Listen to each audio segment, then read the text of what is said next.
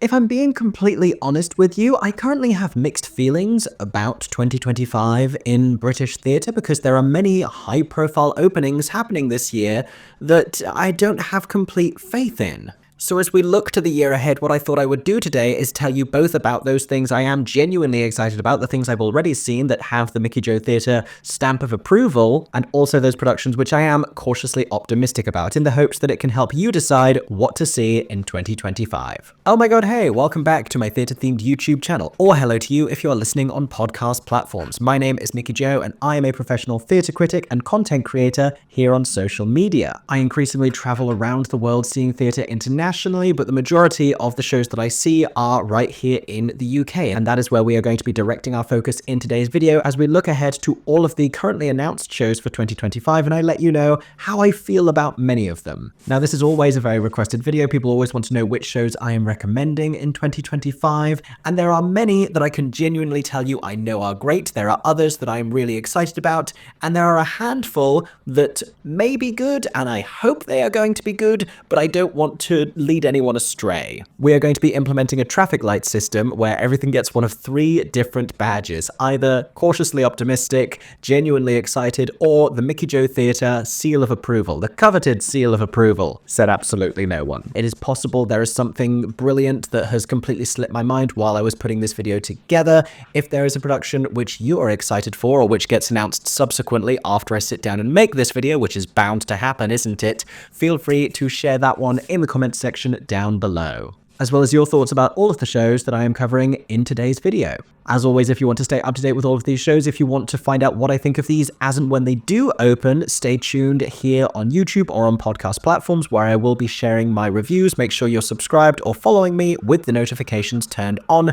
so you don't miss that coverage. In the meantime, let's dive right in and let's talk about some of the most exciting British theatre in 2025. Now, we're going to be doing this chronologically, and we're going to begin with January, including a newly opened musical. In fact, it officially opened last night, which is also when I shared my full YouTube review, which you can go and watch or listen to now if you would like to. I am talking about Titanic at the Criterion Theatre. This is an off-Broadway cult hit, and they have just opened in the West End with an all-star West End cast. It spoofs the plot of the 1997 James Cameron Titanic film, and it does so using the music of Celine Dion. It's hysterical, it's queer, it's a riotous time at the theatre, and it is playing ongoingly in 2025. Go and find out what I thought about it and book yourself a ticket if you would like to see. That carries the Mickey Jo Theatre seal of approval. Now, the West End's next big musical opening is happening next week. I have not seen this production yet, despite the fact that it did play a regional tryout last year at Chichester Festival Theatre. I am talking about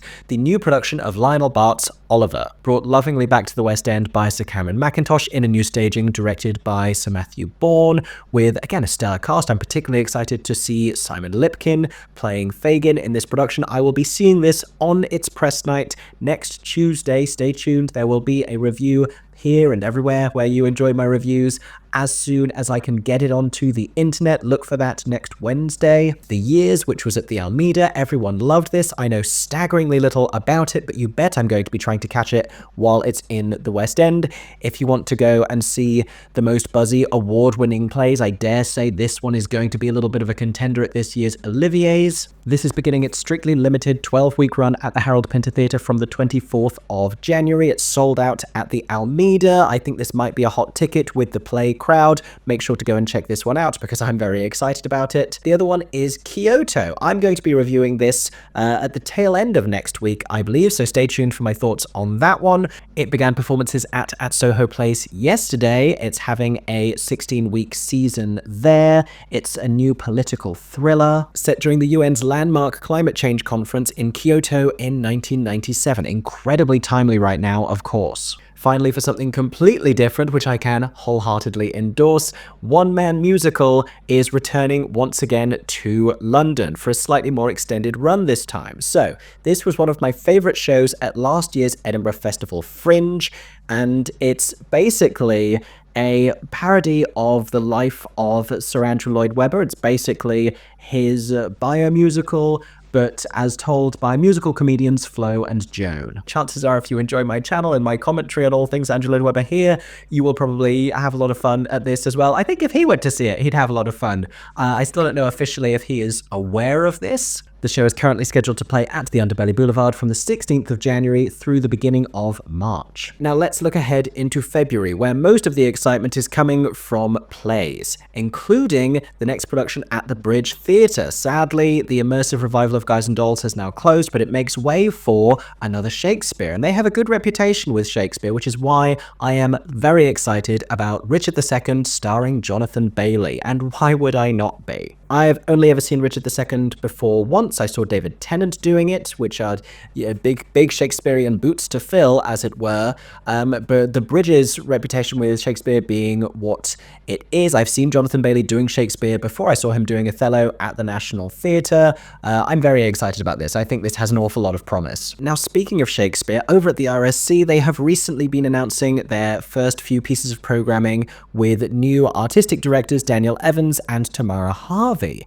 And he is going to be appearing on stage in one of them. This is the most exciting part of their newly announced seasons for me, which is a production of Edward II. This is not Shakespeare, this is Christopher Marlowe, and it contends that Edward II insisted on ruling with his male lover by his side. Edward II will be played by artistic director Daniel Evans, who I have loved on stage before, mostly in the realm of musical theatre. I am very excited about this one. You can catch it at the Swan Theatre in Stratford-upon-Avon between the 21st of February and the 5th of April. And those aren't even the oldest plays I am going to be talking to you about, because Elektra is being brought to the stage in a new production which is starring Marvel Cinematic Universe superhero star Brie Larson at the Duke of York's Theatre. This is Sophocles in a new translation by Anne Carson, directed by Daniel Fish, who brought to us the bold new interpretation of Rodgers and Hammerstein's Oklahoma, the one that has been dubbed Sexy Oklahoma. I dare say those same principles applied to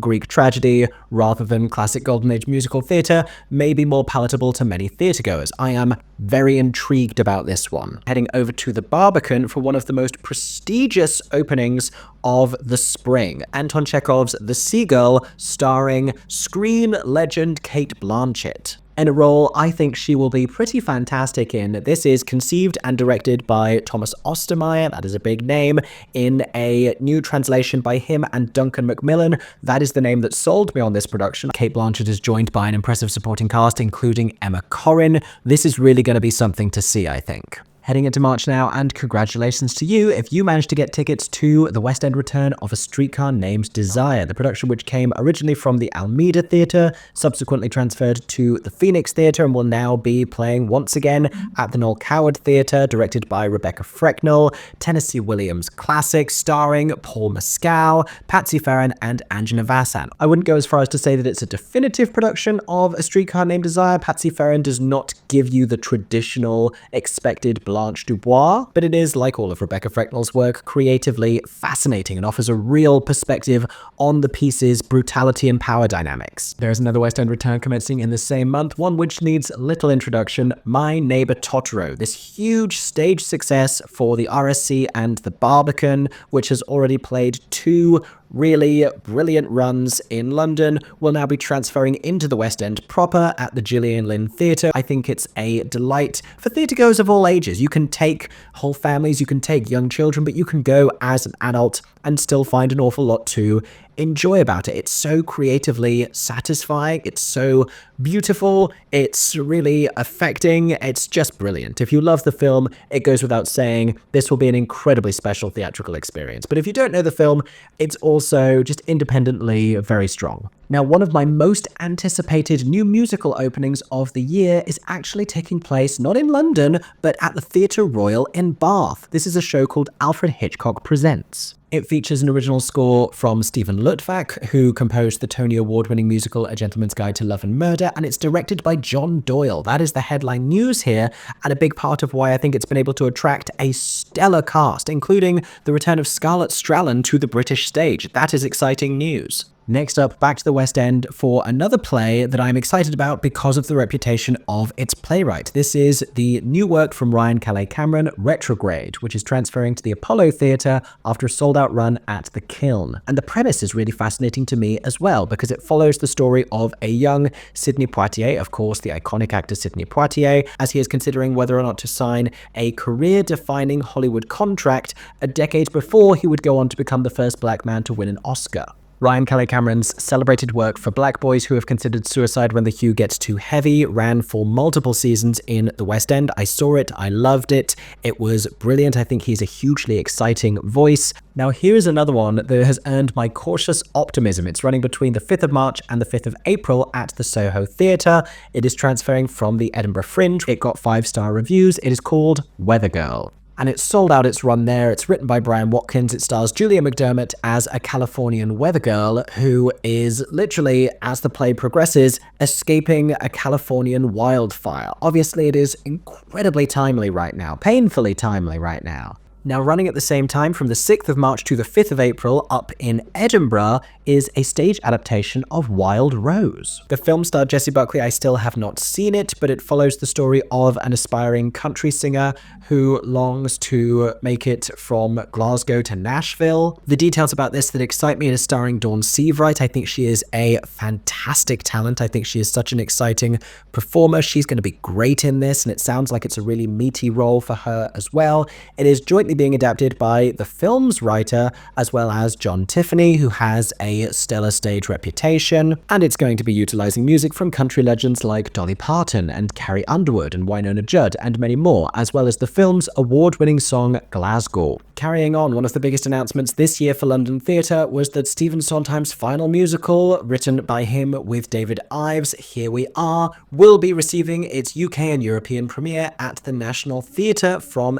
April with a star-studded cast. I've already made an entire video talking about this lineup and how exciting it is. And Here We Are is considerably different to many of his shows. It is an abstract, I would call it an abstract David Ives play with some Sondheim music, and returning to it with that awareness, I am hoping to feel a little differently about it. I'm hoping to meet it on its own terms rather than, having this expectation that it's something entirely different. I would caution you to be aware of that going in. I think you're more likely to be able to enjoy it if you know that in advance. Another New York to London musical transfer that, again, I'm cautiously optimistic about is The Great Gatsby, which will be opening at the London Coliseum. It originally starred Jeremy Jordan and Eva Noblezada on Broadway, and I am very intrigued. We should be hearing casting pretty soon about this one.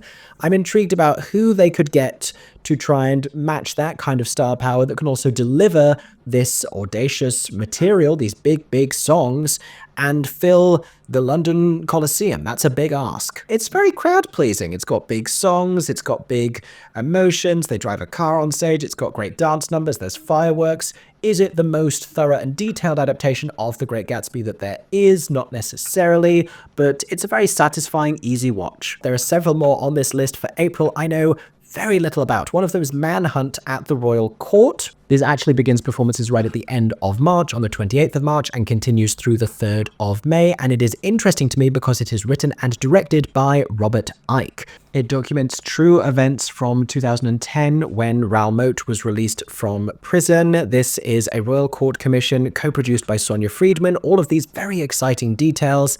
This already smells like a West End transfer waiting to happen, but truly it's just the fact that this is Robert Icke's work that has me intrigued by it. Here's another one for you, only a very brief run, the 29th of April through the 10th of May, Tambo and Bones will be returning to the Theatre Royal Stratford East. I didn't see it back in 2023. It was hugely talked about.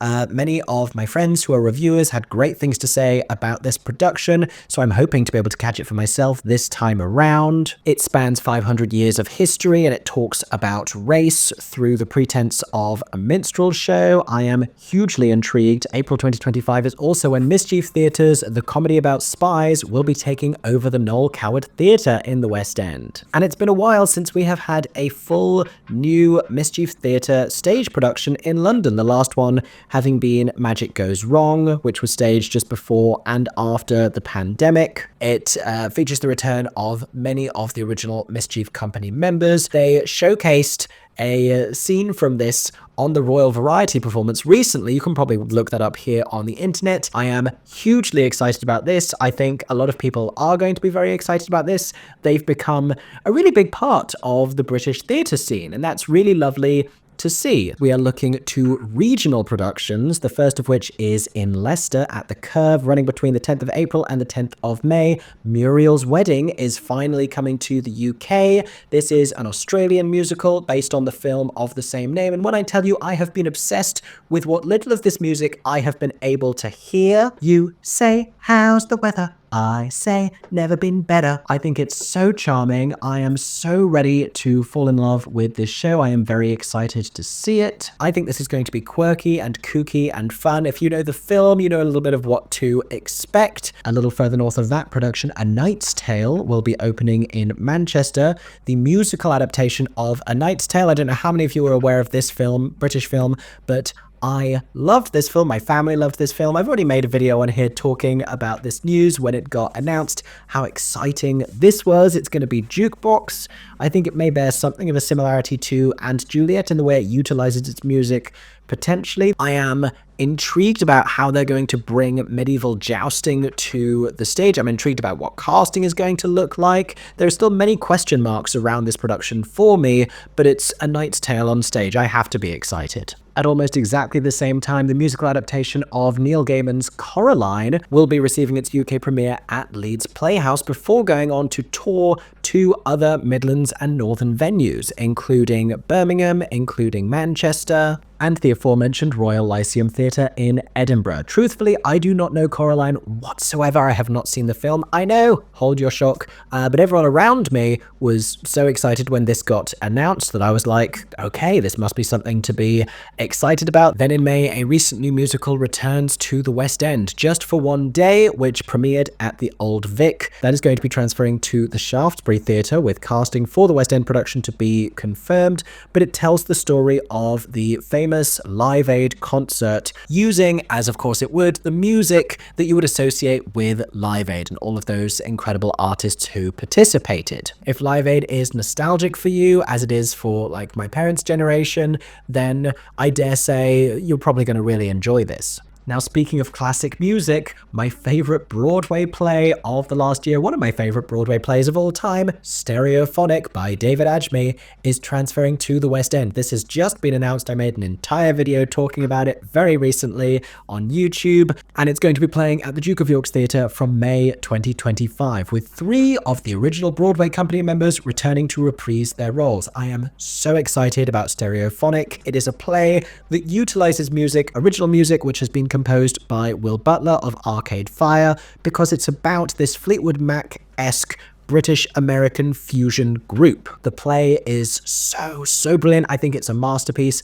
I cannot wait to see it again, and in London, I'm thrilled. Then from something I have complete and utter faith in to something I am just so... I mean, I don't know what to think. I do not know what to think, because The Frogs is coming to Southwark Playhouse. Stephen Sondheim's The Frogs.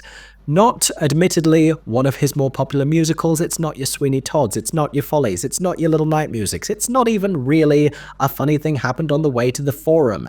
This is one of the least produced Sondheim musicals, brought to you by the same people who brought Anyone Can Whistle to the same venue. That's not even the craziest detail about this, because one of the cast members who has been announced with the announcement of the production is Kevin McHale, who you may know from television's Glee. I'm fascinated by this. I hope against hope that it's queer and campy and creative and bizarre and brilliant. I liked a lot of the energy that went into Anyone Can Whistle. I liked a lot of the people in it, but inherently there was just so much in the text that I found ultimately too challenging for the whole thing to be satisfying. I am cautiously optimistic because I can't hate 3 Sondheims in a row. It'll kill me. I need good Sondheim, please. Now this one is very hot off the presses. This has just been announced. A new production of Mrs. Warren's Profession from from George Bernard Shaw, will be opening at the Garrick Theatre in May 2025, directed by Dominic Cook, who recently brought us the revival of Hello Dolly, and featuring that production's leading lady, Imelda Staunton, alongside her real-life daughter, Bessie Carter. They will be performing together for the first time. That alone is worth buying a ticket. I mean, truly anything that Imelda Staunton does, Dame Imelda Staunton does, she has the theatrical capital now, where she really only does the work that she believes in, and her and Dominic Cook seem to bring together these brilliant performances. I think anything Imelda does on stage at this point, you ought to be buying tickets. Then in June, we're heading back to the National Theatre for a brief return of the musical London Road. This as part of the end of Rufus Norris's tenure as the venue's artistic director, and this having been one of his biggest successes at the venue. I saw this when it was at the Olivier. What it is a verbatim musical which musicalizes recordings of interviews with residents of a street where there was something of a national event because of a string of murdered prostitutes. It's fascinating to listen to. It's a really gripping watch. I'm excited for it to come back to the National Theatre. If you're one of those people who has been missing this repeatedly, it took me a while to catch it. Make sure you don't miss it. Again, go and check it out at the National. Then one of the year's biggest, most commercial musical openings, Disney's Hercules, will be coming to Theatre Royal Drury Lane. I'm already seeing the marketing everywhere, which is a great sign for Disney, and I am cautiously optimistic. And I will tell you why. Because I saw Hercules on stage for the very first time at Paper Mill Playhouse in New Jersey back in 2023, and I believe it made my worst shows of the year list. Last year, I saw a new production in Hamburg that bore many similarities, but also went in some very new directions with a new director at the helm in Casey Nicholaw, and that neither made my best nor worst of the year roundups. I am hoping that with the London production, it can continue to grow and develop further, get even better, and I can really throw my weight behind this production. I believe in Disney. I think Hercules has all of the ingredients to be a great stage musical. The material is there. Another one I don't necessarily know what to think about is Evita. This is surely going to be one of the most talked about productions of the year. It's a Jamie Lloyd revival of an Andrew Lloyd Webber musical with a strong female lead. With they're chasing this star casting. It is rumored to be Ariana DeBose. I don't know if she is yet fully contractually confirmed. Obviously, I loved Sunset Boulevard, and I thought that worked, but I thought it worked for reasons very specific to that show's setting and material. Evita, I enjoyed at Regent's Park, but not with as much euphoria. So I am intrigued, I am curious, I am hoping it's successful. We're going to find out together, and you know I'll be talking about it plenty here on YouTube. Now that covers the first half of the year. As you would expect, more has been announced for those 6 months. As we look towards the back half of the year, from July onwards, there are many shows that will be very exciting that we don't know about yet. For now, these are the ones I am watching. In July, it is Sing Street at the Lyric Hammersmith. I don't know much about this, but my friends from America are very excited about it. This was set to go to Broadway. There was a film, I think this is a stage adaptation of the film. Its Broadway run, like many, was preempted by the pandemic. It never ended up happening. So instead, it is coming to the UK. I think it's going to be a new production, that is to say new creatives, and certainly new casting, but the same producers. But the enthusiasm that everyone else has for Sing Street when this was announced has made me excited for it. So I will definitely be catching Sing Street. And Lyric Hammersmith do great work that too often flies under the radar. Make sure you're checking out Lyric Hammersmith when you're checking out brilliant London theatre. In August, an exciting non-replica first, as the musical Be More Chill has its first new production in the UK. This has just today been announced for the old joint stock.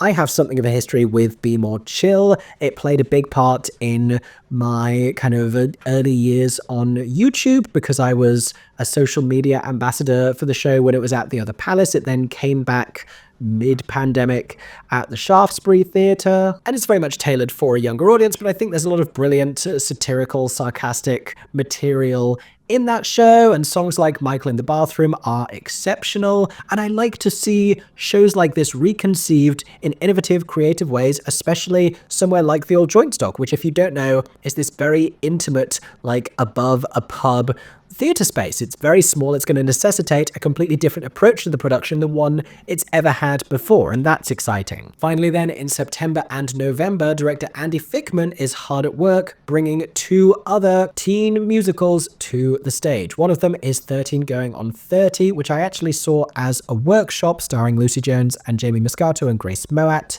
I have a lot of nostalgia for the film. There were elements of the adaptation of the screenplay that I wanted to be more theatricalized. Some of the songs are still in my head. 13, 13, 13, going on 30, 30, 30. And it's another one, like The Devil Wears Prada, where if you love the film, you're going to be very excited to see it on stage, and you're probably going to enjoy it on stage. I am cautiously optimistic that it's a fun and enjoyable production. I think Andy Fickman probably is the perfect person to be helming this, just like he did for that workshop. Then in November, Freaky Friday coming to the UK. Now, this has had an interesting history because it was produced regionally in the US at a handful of different theatres. It was then filmed for the Disney Channel as a musical. Of course, it's based on the Lindsay Lohan and Jamie Lee Curtis film where the mother and daughter swap bodies and live in each other's worlds, which is such a brilliant premise. It's a great film. But again, Andy Fickman and Paul Taylor Mills, probably the right people to be bringing this to the stage after the success they've had with Heathers, which I dare say is what has earned them this opportunity. I am intrigued to see it. Now, 2 shows I would like you to keep an eye out for that I would have loved to include in this, but officially they have not yet been announced. One of them is Shucked. Now, director Jack O'Brien revealed in an interview last year that Shucked was going to be coming to London, as was previously announced, but at an unexpected venue, because he said they were going to be doing it as part of this year's season at Regent's Park Open Air Theatre, one of my favourite theatres in the world. And I see the vision for this. I think Shucked would really work well there. I have also heard they have now finished casting. I'm excited to hear who it is. I'm excited to see Shucked again on stage. And even outdoors rather than indoors, I feel I can still give this my Mickey Joe Theatre seal of approval. There is also another piece of National Theatre programming that has not officially been given dates. That is Inter Alia, brought to the stage by many of the brilliant creatives who brought Prima Facie, and it seems to share a lot of similarities. It's going to star Rosamund Pike. I think of all the shows that the National announced in their most recent season announcement, this is the one that's going to be the biggest. Make sure you keep your ears to the ground for that one. I know I will be. And for those of you who are theatre going regionally and don't get to visit London as often as you would like, do not worry. There are many exciting tours going around this year that I would also love to feature, including Mary Poppins, which is on tour around the UK. I love Mary Poppins, possibly my favourite Disney stage musical. I think it's just enchanting. I cannot wait to go and see it. Hamilton is fantastic on tour. The way that they deliver the full production just as fully as it is in the West End, I think is miraculous. And the newly announced tour cast with Billy Nevers taking over as Aaron Burr, I'm so excited about him and many of the other names joining. I think very exciting. There is also a new tour of Matilda starting later this year. We don't talk about Matilda much because it's just continuing to run successfully in the West End, but one of my favourite West End shows. I think Matilda is so smart. It is so brilliant. So if you've never seen Matilda before, take young people, go without young people. It stands up, it can be enjoyed by young audiences, but it's also really smart and sophisticated. You can enjoy it as an adult theatre goer. Go and see Matilda at a theatre near you. There is also And Juliet, which is a fun and camp and just a gorgeous like school disco of a musical. I haven't seen this on tour yet, but I've heard great things about it from my fiance Erin, who caught it at the Wolverhampton Grand. Then there is Calamity Jane, in a production I have seen on stage before, but with entirely new casting, because Carrie Hope Fletcher is going to be taking over the titular role in a new tour, which is beginning this month, I believe, at the Warside Theatre in Aylesbury, then heading to Manchester, and then around the UK. It's an actor-musician production. If you like Calamity Jane, you will like this show. It's a little more old-fashioned on the musical side, but it's fun and it's lively, and I like the way that it's staged, and I think Carrie will do a great job as Calamity Jane. And then finally, Kinky Boots is once again touring. Now, Kinky Boots is such a winning show with British audiences. We love this kind of a story. The material is really fun, and household name Johannes Radebe from Strictly Come Dancing, who is now this celebrated, beloved performer, is going to be playing Lola, which is great casting. if he can sing it. This is the thing, kind of jury's out on this one still, as far as I'm aware, unless someone else knows differently. I'll be very intrigued for when this tour starts and getting to go and see it and finding out how well Johannes fits into every aspect of this role. He is joined by Dan Partridge, but also more brilliant names. Oh my gosh, Courtney Bowman is going to be fantastic in this. Scott Page is in this as well. It's an exciting cast. I am intrigued to see another new take on Kinky Boots. We've seen a few recently. And those, I think, before I entirely lose my voice, this has taken a very long time to film, are all of my British theatre recommendations in 2025. Like I said, as I finish recording this, there is bound to be something else brilliant that is newly announced. Feel free to comment down below with any that I have not said, as well as commenting with your thoughts about the ones which I have. Let me know which ones you already have tickets to, and maybe the show that you are most looking forward to this year. Thank you for listening. I hope that has been helpful, and I look forward to bringing you my thoughts about all of these shows and more in 2025. Make sure you're following me or subscribed with the notifications turned on so you don't miss my review coverage throughout the year of all of these shows in the UK and beyond. I hope that everyone is staying safe and that you have a stagey day. For 10 more seconds, I'm Mickey Joe Theatre. Oh my god, hey, thanks for watching, have a stagey day. Subscribe!